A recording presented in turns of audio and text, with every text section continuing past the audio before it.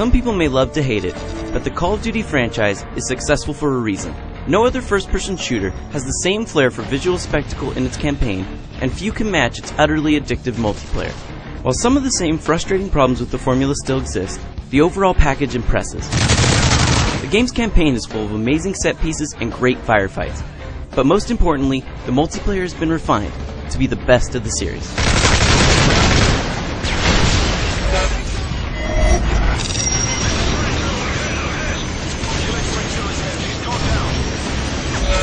Modern Warfare 3 is made on an older engine, but it still looks great.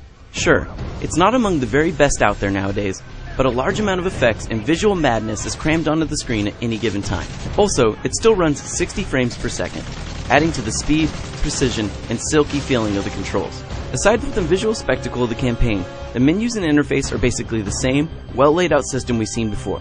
That is, with one major exception: Call of Duty Elite. Elite takes all the stats you care about, like your multiplayer kill-death ratio, and puts it into a format you can easily understand and interact with.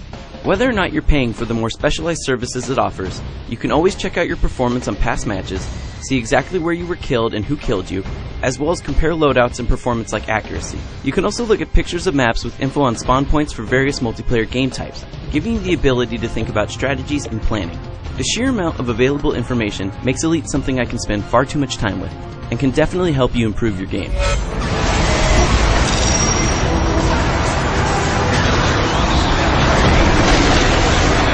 The campaign of Call of Duty Modern Warfare 3 hits on a lot of the same highs and lows as its predecessors. You still have annoying, seemingly infinite spawning monster closets of enemies, and at several points enemies seem to completely disregard their own safety, to run past your allies and shoot you in the face. The story is also still a bit hard to follow, and while it does wrap up the story from the previous Modern Warfare games, isn't ultimately all that interesting.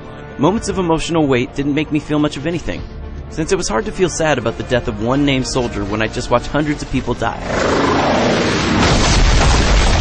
These issues are only somewhat important though. The set pieces never failed to grab me, and playing through level after level feels like a crazy roller coaster.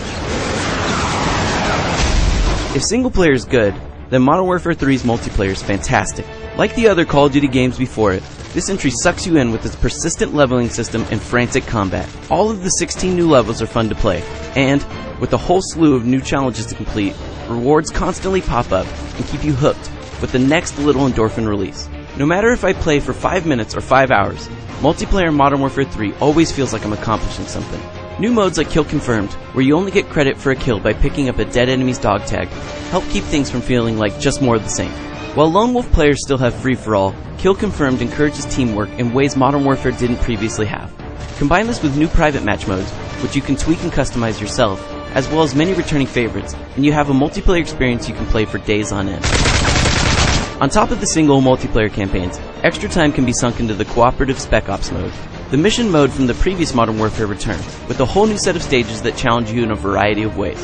For instance, you might have to quickly take over a plane, while in another mission you might be challenged with disarming chemical weapons. Additionally, there's a survival mode, where 2 players try to survive against endless waves of increasingly difficult enemies. It's not exactly original, but it's a game type that works well in Call of Duty, and can be played over and over again.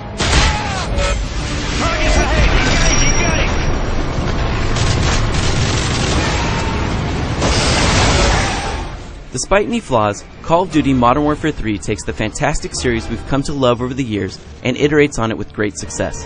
The multiplayer is hands down the best it's ever been, with more features, more modes, and a ton of new levels and ways to interact via Call of Duty Elite. Single player campaign and Spec Ops mode just add value to the overall package, creating something that's far from perfect, but also too damn addicting to pass up. For more on Call of Duty Modern Warfare 3, go to IGN.com.